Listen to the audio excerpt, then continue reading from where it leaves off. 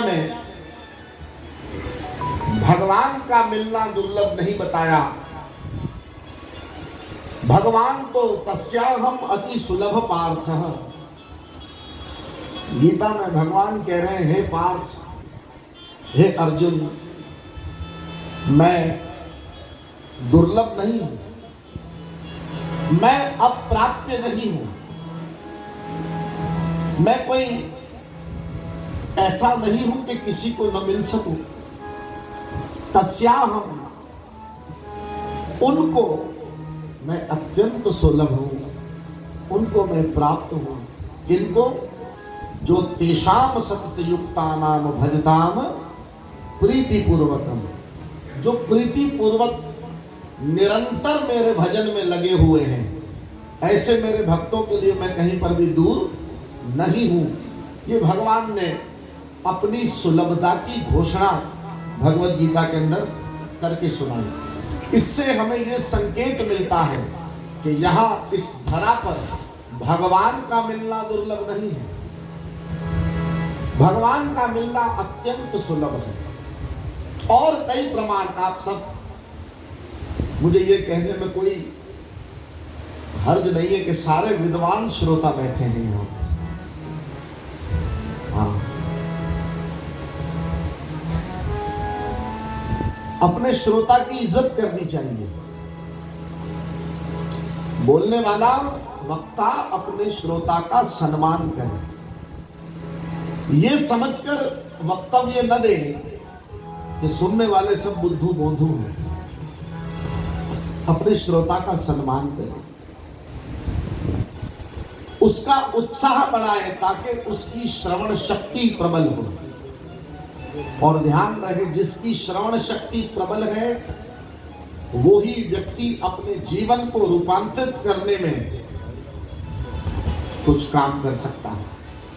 इसलिए मैंने संतों से यह सीखा है कि अपने श्रोताओं की, कोई बड़ा चढ़ाकर मुझे आपको कुछ कहने से कोई लाभ नहीं लेना, लेकिन मैं ऐसा समझता हूं कि यहाँ इस परिसर में जहाँ निरंतर रामायण, भागवत, भगवद गीता और अन्य कितने भी ग्रंथों की गूंज से सदा ये वातावरण गुंजायमान होता है, तो वहाँ रहने वाले भक्त कोई अविद्वान होंगे ऐसा मैं अनुमान नहीं रखता। मैं समझता हूँ कि यहाँ रहने वालों को जो छंडा लगा है शास्त्रों और ग्रंथों का, उस हिसाब से सारे ही विद्वान लोग बैठे। तो आप जानते हैं सब कि भगवान का मिलना तो कितना सरल है। वो कहते हैं मेरा मिलना इतना सरल है, नारद के मम भक्त यत्र गायन्ति तत्र तिष्ठामि नारद। मेरे भक्त लोग जहाँ मेरे नाम का गायन करते हैं मैं वहाँ पर पहुँच जाता हूँ। यानी भगवान को आमंत्रित करने का, उनको बुलाने का इस कलिकाल में यदि कोई एकमात्र उपाय है तो वो क्या है? प्रेम से भगवान को पुकार लीजिए, प्रेम से उसको पुकार। तो भगवान अत्यंत सुलभ है, प्राप्य है, झट से मिल जाते हैं, ऐसा कहने में भी कोई वो नहीं। लेकिन जो महापुरुष हैं, जो सत्संगी परमहंस हैं, जो वास्तव में जिनमें गुरुत्व प्रकट हुआ है, गुरुत्व, और इस गुरुत्व के प्रकट होने के कारण ही वो गुरुजन है, इसीलिए तो उनको गुरु कहा जाता है। ऐसे महापुरुष को हम गुरु क्यों कहते हैं? हम आचार्य चरण व्यासनंदन गोस्वामी श्री सुखदेव जी महाराज को गुरु क्यों कहते हैं? हम रुद्रावतार के रूप में प्रकट श्री हनुमान जी महाराज को गुरु क्यों कहते हैं? हम गोविंद को गुरु क्यों कहते हैं? मैंने तो साईं को निवेदन किया है कि इस स्थान पर ये जो ध्यान शिविर का निर्माण हुआ है, यहाँ के लिए एक सूत्र है, श्री कृष्णम वंदे जगत गुरुम। ये जो भगवान की छवि है, उनको देखते ही पहला भाव, क्योंकि वहाँ प्रकट रूप से स्थूल विग्रह में श्रीमती जी दिखाई नहीं दे रही, वहाँ अकेले कन्हैया है। तो वो कैसा स्वरूप है भगवान का? वो कृष्णम वंदे जगत गुरुम है।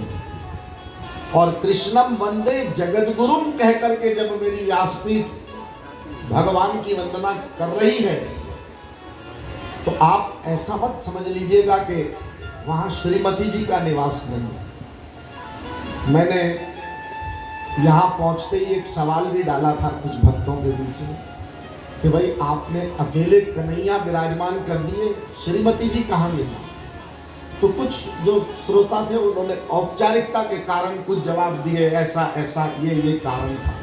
लेकिन उसमें एक साधक ऐसा था, यही का बच्चा सेवादारी, अभी यहाँ नहीं दिखाई दे रहा, तो उसने कहा कि प्रभु मैं कुछ कहना चाहता हूँ। मैंने कहा कहो। बोले अकेले कन्हैया नहीं है, श्रीमती जी भी है। मैंने कहा कहाँ है?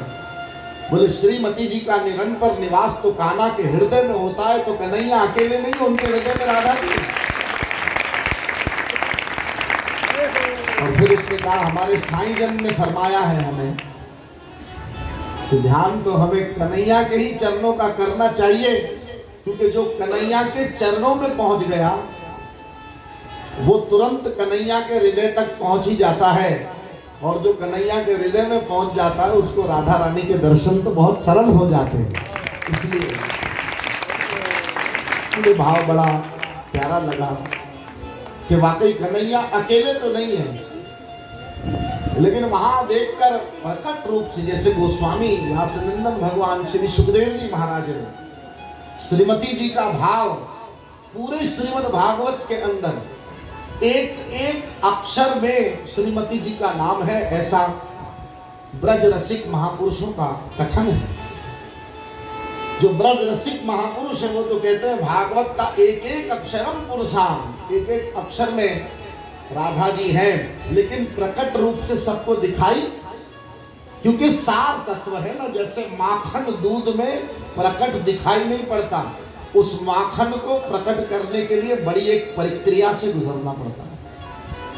देयर इज अ प्रोसेस, और उस पूरे प्रोसेस को अप्लाई करने के बाद मक्खन निकलता है। तो जैसे मक्खन दूध में है, पर जाहिरी रूप से देखने जाएंगे तो मक्खन दूध में दिखाई नहीं पड़ेगा। थोड़ी जतन करेंगे, मेहनत करेंगे, साधन करेंगे, तो करते करते करते करते करते करते अभ्यास ते वो माखन जो दूध में ही गुप्त है उसी में से प्रकट हो जाएगा, और उस माखन से तुम अपने जीवन का पोषण कर पाओगे। ऐसे ही श्रीमती जी भगवान के हृदय में निरंतर निवास करती है, लेकिन जो भगवान कन्हैया के चरण कमलों को हृदय में धारण करके प्रीति पूर्वक उनका भजन करता है, वो कन्हैया के चरणों के मार्ग से उनके हृदय में पहुंचता है, जहां निरंतर श्रीमती जी का निवास है, और वो अपने प्रेम की पनाह में अपने भक्त को सदा के लिए आनंद प्रसाद का दान करके उसको निहाल कर देती है।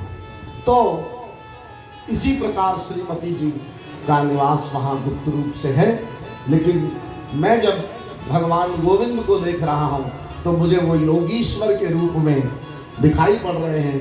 और मैंने साईं को निवेदन किया, अब तो मर्जी मालिक है, निवेदन ही किया जा सकता है कि कृष्णम वंदे जगत गुरु वसुदेव सुतम। ये पूरा श्लोक अगर आप लेंगे तो भगवान कैसे हैं कन्हैया? बोले वसुदेव सुतम। वहां वसुदेव के पुत्र के रूप में कन्हैया, वासुदेव का पुत्र तो वहां अभी राधा जी नहीं, उनकी लीला में भी थोड़ी देर है।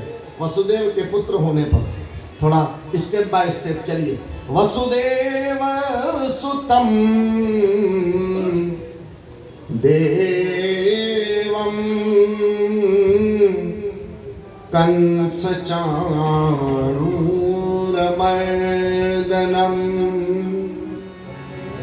देवकी परमानंदम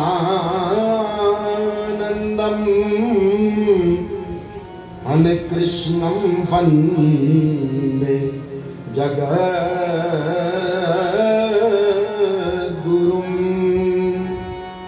वसुदेव के सुत के रूप में वहां कन्हैया, वसुदेव सुतम, और वो कौन है? देवम। एको देव देवकी पुत्र में। वहां भी वो कैसा है? व्यास जी क्या कह रहे हैं? एक है, एको देव देवकी पुत्र में वसुदेव सुतम देवम। और फिर कंस को मारने गए, तब कैसे गए? कंस चाणूर मर्दनम। कंस को निर्वाण दिया कन्हैया ने, अपने ही दोनों हाथों से कंस का निर्माण किया, चाणूर का निर्माण किया। वसुदेव सुतम देवम कंस चाणूर मर्दनम। और देवकी को परम आनंद की उपलब्धि करवाने वाले भगवान नंदनंदन, जो देवकी के आनंद वर्धक है, जो यशोदा जी के आनंद वर्धक है, अरे जो नंद को भी आनंद देते हैं। इसलिए हम कहते हैं नंद घेरानंद भयो। मजा नहीं आया? हाथी घोड़ा पाल की, यशोदा को लालो भयो। नंद को भी आनंद प्रदान करे, नंद के आनंद का वर्धन करने वाले भगवान कन्हैया। तो वहां पर भी अभी तो जन्म हुआ है ना, अभी तो नंदोत्सव हो रहा है, तो वहां भी श्रीमती जी का प्रवेश अभी थोड़ी लीला के माध्यम से देर से होगा। तो इस श्लोक को जब हम देख रहे हैं तो ध्यान दीजिए, भगवान योगेश्वर का ये श्लोक तो बहुत मर्तबा जीवन में मैंने गाया होगा, कथाओं के माध्यम से कई मर्तबा स्तुति प्रकरण में इसका गायन किया होगा। लेकिन कहते हैं ना, किसी को देखकर कुछ चीज सूझती है, तो वो जो सूझा, ये श्लोक जो सूझा, ये कन्हैया योगेश्वर को देखकर और वहां के वातावरण एटमॉस्फेयर को देखकर ये श्लोक सूझा कि यहाँ इस माहौल को तो ये श्लोक जो है ये फिट बैठता है, क्योंकि यहाँ योगेश्वर भगवान श्री कृष्ण सदगुरु के रूप में वहां बैठे। और फिर वहां ये जो परिसर निर्माण आपने किया है, आपने मुझे बताया कि ये ध्यान के लिए निर्माण किया है। किसके लिए? थोड़ा जोर से बोलो। भगत साहब कहते हैं ना, जोर से बोलोगे तो जोर से कृपा होगी, धीरे बोलोगे तो किसके लिए बनाया ये जो परिसर है? किस लिए? ध्यान। तो इसको ध्यानालय कहा जा सकता है। जैसे जहां औषधि मिलती है उसको औषधालय कहते हैं, ठीक है? जहां अमृत मिलता हो उसको अमृतालय कहते हैं। हाँ, जहां पर भगवान शिव जी रहते हैं उसको शिवालय कहते हैं। तो जहां ध्यान होता है उसको ध्यानालय कहते हैं। क्या कहते हैं? ध्यानालय, जहां ध्यान मिलता हो, ठीक है? अच्छा, फिर ध्यान करने के लिए क्या बोले? ध्यान मूलम गुरुर्मूर्ति। ध्यान का मूल कौन है? बोले ध्यान का मूल है गुरु की मूर्ति। और कृष्ण कौन है? कृष्णम वंदे जगत गुरु। कन्हैया जगत गुरु है। और ध्यान के मूल में कौन है? बोले ध्यान मूलम गुरु मूर्ति। ये श्लोक आपने सुना होगा, बहुत प्रसिद्ध श्लोक है। ध्यान का मूल है गुरु की मूर्ति। गुरु मूर्त की ओर जैसे शिष्य है ना, एक साखी भी है ऐसी महात्मा कबीर साहब की अथवा तो किसी महापुरुष की है कि शिष्य का जो मन है वो चकोर है, चेले का मन कैसा है? चकोर है। और गुरु की मूर्ति जो है वो चंद्रमा की तरह है। और कृष्ण कौन है? श्री कृष्ण चंद्र कृपालु भज मन, अथवा तो श्री रामचंद्र कृपालु भज मन, हरण भव भय दारुणम। श्री कृष्ण चंद्र है, राम चंद्र है। इसीलिए हम जब जय घोष करते हैं तो बोलते हैं बोलिए कृष्ण चंद्र भगवान की, रामचंद्र भगवान की। रामचंद्र है, कृष्ण चंद्र है। तो जब गुरु चंद्र है तो शिष्य कौन है? बोले ये चकोर है। तो जैसे चंद्रमा और चकोर का समन्वयात्मक संबंध है, वो 24 घंटे चंद्रमा की ओर बावरी चकोरी करे दुनिया से चोरी चोरी, चंदा सो प्यार। चकोरी जो है वो किसके प्यार में बावरी होती है? चंदा के। और दुनिया से बड़ा ये गुप्त मामला है ना, ये बड़ा छुपाने का मामला है। प्यार प्रदर्शन की वस्तु नहीं है। बदकिस्मती से हम समझ लेते हैं कि प्यार का मतलब है दिखाना, कुछ दो, कुछ दिखाओ, कुछ प्रदर्शित करो। प्यार प्रदर्शनशीलों का टॉपिक नहीं है, प्यार तो गुप्त है। इसलिए ये प्यार जिनके पास बसता है, श्रीमद् भागवत के अंदर ऐसी गोपियों को गोपन शिला कहा गया है। गोपियां कौन है? बोले जो छुपा कर रखती हैं। क्या? बोले महत्व की वस्तु। अरे संसार में महत्व की वस्तु है क्या? बोले प्रेम के अतिरिक्त यहाँ महत्वपूर्ण कुछ नहीं है। और उस प्रेम की अविरल धारा वही तो श्रीमती राधा रानी है। इसलिए राधा रानी वहां है लेकिन छुपी हुई है, गुप्त। समझ में आ रहा है?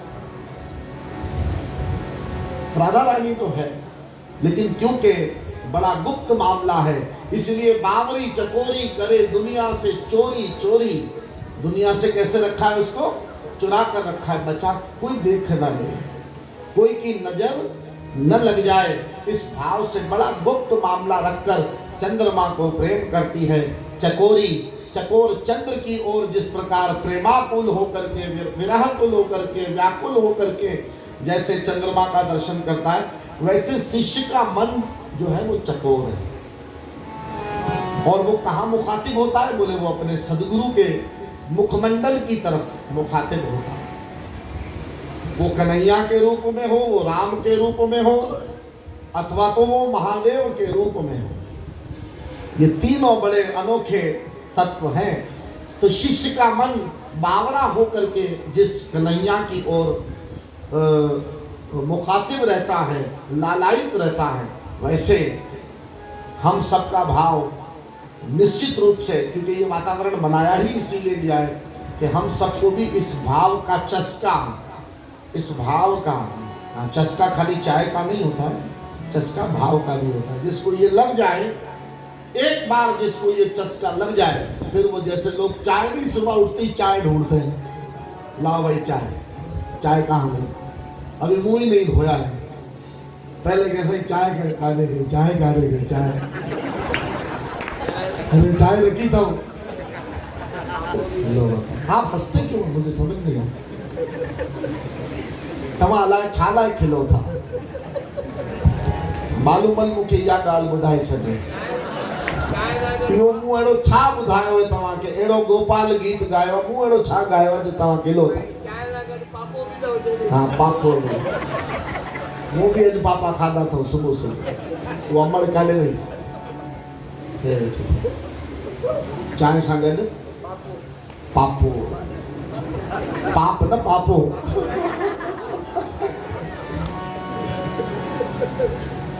पापे अच्छे थे हाँ भाई, एक गिलास पाप बड़े अच्छे थे। पार्सल का इंतजाम है? वो तो ठीक है। कल जाना है मुझे 11-12 बजे। टिकट विकेट कर ली है ना भाई? हाँ ठीक। तब चाय के साथ, जैसे चाय सुबह सुबह उठते ही लोग ढूंढते हैं ना, ऐसे शिष्य के मन को चस्का होता है सदगुरु का, गोविंद का, रमैया का, भोलेनाथ का। ये सब गुरु मूर्ति है। ये गुरु मूर्ति इसलिए भी है क्योंकि चेला जो है ना वो इनसे बहुत कुछ रिसीव कर सकता है। कि हमारी मनोस्थिति के ऊपर आधारित है। अगर हम एक शिष्य की मनस्थिति को लेकर के कन्हैया के सामने जाते हैं तो कन्हैया गुरु के रूप में प्रकट है। आप कहेंगे भगवान को गुरु कह दिया। भगवान गुरु है, कैसे? बोले तुम्हारे भाव को देखकर तो वो रूप बनाता है। जाकी रही भाव